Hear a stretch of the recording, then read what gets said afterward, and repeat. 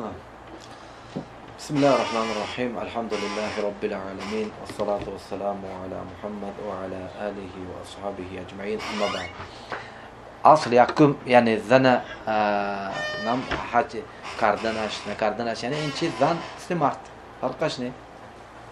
برای که حدیث ام سلیم حدیث سنن ابی داود اند اومده گنده رسول صلی الله علیه و سلم میگوید که النساء شقائق الرجال، یعنی زنها شقیق مردهایند، یعنی نعم یعنی شقیق ها نعم یعنی مثل برادری خونی یعنی یا خیلند، یا خیلند، یعنی زنها مثل مردهایند، عبادتند، یعنی چیند؟ مثل مردها هستند. مردها به چی چیزی واجب چی چیزی باشه زنها هم مثل فرقشون نیست، الا اون چیزایی که شریعت یعنی چی تفصیل کردگی باشد، یعنی و الا چیزند چیند، یعنی زنها چیند مثل مردهایند. دویم مسئله یعنی ایزن چه خیلی که زن به مثلا چی میشد، یعنی مردها به مثلا ولله علی الناس حج البیت،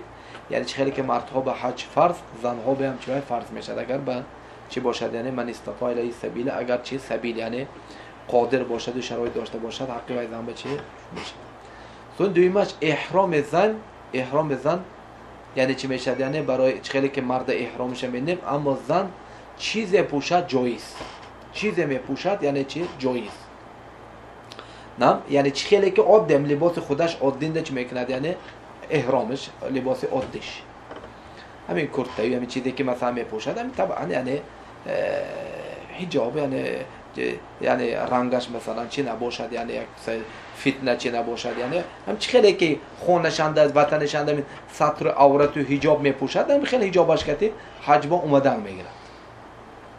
هیچ خیلی مثلا یک چیز نیست یعنی برای زن احرام، الا اومده که چیز زن احرامش که جنده میشد، یعنی نم والمرأة لا تنتقب ولا تلبس القفادتين، زن یعنی چه نقاب نمیپوشد و دست پوشا نمیپوشد، پریچت کنه دست پوش نمیپوشد. زن ایزن چی میشد خیلی که مرد مثلا چی سرش کشادگی احرامنده، زن روش باید که کشادگی باشد وقتی احرامنده، هم روش کشادگی باشد و کف دستش کشادگی باشد، یعنی این طبعا یعنی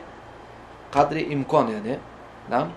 یعنی باید که اگر خیلی که عایشه رضی الله عنها میگفت یعنی ما چی بودیم یعنی روامو کشادگی بود، لیکن وقتی که اگر رکبان یعنی اسب سوارها میگذاشتن مباشرتا چیکار میکردیم با کتام رومای میپوشیدیم، روحامو چی میکردیم یعنی میپوشیدیم. یعنی الان میخواد زنم امروز مثلا چیکار میکند، یعنی مادامی که مثلا یعنی اگر خودش تنها مثلا با شوهرش ماشین مثلا چیز باشه یعنی خیلی روش کشادگی میشد، لیکن مادامی که مثلا توافنده مثلا اتوبوسنده مثلا نزد مردهای بیگونه بیانده چی روش میپوشد، بیانده چی میکند یعنی روش میپوشد، دستاش چی میکند یعنی میپوشد. فهمیدید؟ سونه مسئله سیه مسئله حیض، یعنی ماهونه زن اگر مثلا حیض که اومد نم یعنی اگر مثلا زن اومده موند و یعنی نم پیش از حج وقتی ماهونه شده موند و یعنی خلاص مثل حاجی ها کامل احرامنده میموند، چیزی که حاجی ها میکنند اینا میکنند، مینا برفتن عرفه بمیرد، مزدلفه میبیاد، سنگ میپرتوید، گوسفند میکشد، نم هم میکارای میکند الا طواف سعی نمیکنه، برای که مسجد نمیدن. این طواف سعی چی بمیموند؟ آخر بمیموند، یعنی وقتی که حیضش تمام میشد علمینند سون در آمده چی میکند، یعنی طواف سعی میکند. یعنی اما مسئله یعنی اگر مثلا زن برای همین چی شدنش مثلا پیش حیض داشتن، یعنی مثل داروی تبلیت که و همین چیزا، یعنی این چیز یعنی این چیز نبنه، این قدیم این سوال مثلا که با امام اهل حج نام عطا ابن ابی رباح رحمت الله علیه به سوال داده شده، یعنی مثل همین وقت چنده مثل طین الحار مثل همین خیلی یعنی داری ها میساختن که همین چیه حیض زن مؤقتا میدارد، یعنی همین پرسیدن که یعنی برای که زن تا که مثلا یعنی حجش به اشکال و به چی گذراند همین داری خورده میشه، گفتن ده عطا گفت که لا بأس، گفت یعنی با شرطی که اگر زن به ضرر نباشد،